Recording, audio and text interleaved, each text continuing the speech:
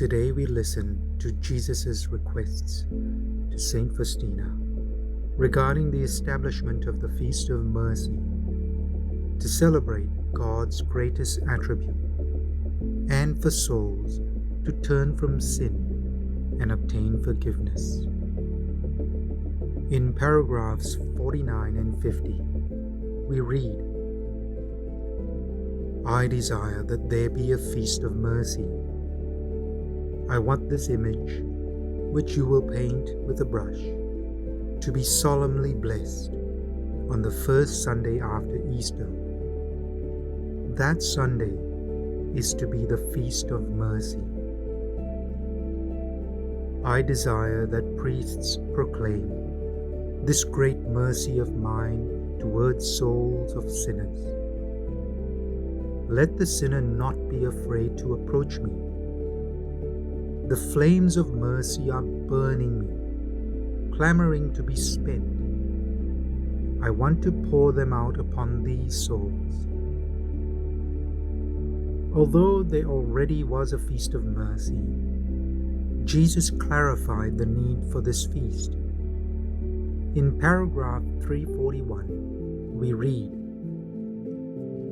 I entered the little chapel to visit Jesus for a minute and to renew the intentions of the day. Today, Jesus, I offer you all my sufferings, mortifications, and prayers for the intentions of the Holy Father, so that he may approve the Feast of Mercy. But Jesus, I have one more word to say to you. I am very surprised that you bid me to talk about this Feast of Mercy, for they tell me that there is already such a feast, and so why should I talk about it? And Jesus said to me, And who knows anything about this feast? No one. Even those who should be proclaiming my mercy and teaching people about it often do not know about it themselves. That is why I want the image to be solemnly blessed on the first Sunday after Easter, and I want it to be venerated publicly so that every soul may know about it. We read in paragraph 699 more of what Jesus says about the condition of receiving complete forgiveness. My daughter, tell the whole world about my inconceivable mercy. I desire that the Feast of Mercy be a refuge and shelter for all souls, and especially for poor sinners. On that day, the very depths of my tender mercy are open. I pour out a whole ocean of graces upon those souls who approach the fount of my mercy.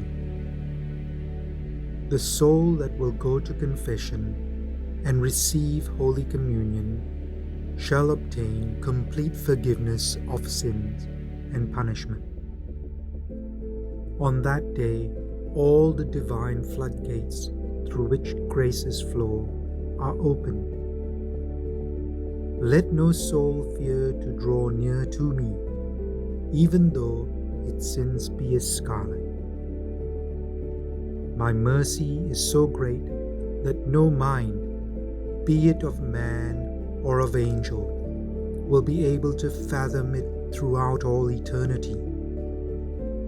Everything that exists has come forth from the very depths of my most tender mercy. Every soul in its relation to me will contemplate my love and mercy throughout eternity. The Feast of Mercy emerged from my very depths of tenderness. It is my desire that it be solemnly celebrated on the first Sunday after Easter. Mankind will not have peace until it turns to the fount of my mercy. In paragraph 998 and 1109, we read that God's mercy is greatest now as we come close to the time of judgment. We read, Today I took part in a one-day retreat. The priest was speaking of how much the world needs God's mercy, and that this seems to be a special time when people have great need of prayer and God's mercy. Then I heard a voice in my soul. These words are for you. Do all you possibly can for this work of my mercy. I desire that my mercy be worshipped, and I am giving mankind the last hope of salvation. That is, recourse to my mercy. My heart rejoices in this feast. And in paragraph 1109, God gave me to see how everything depended on His will. He spoke these words to me. I want to grant a complete pardon to the souls that will go to confession and receive Holy Communion on the feast of my mercy. Then He said to me, My daughter, fear nothing.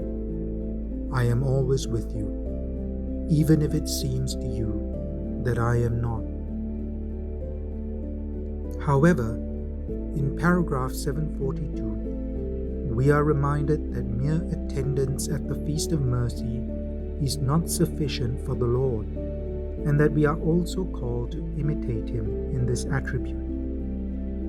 We read, I am giving you 3 ways of exercising mercy toward your neighbor. The first, by deed. The second, by word. The third, by prayer.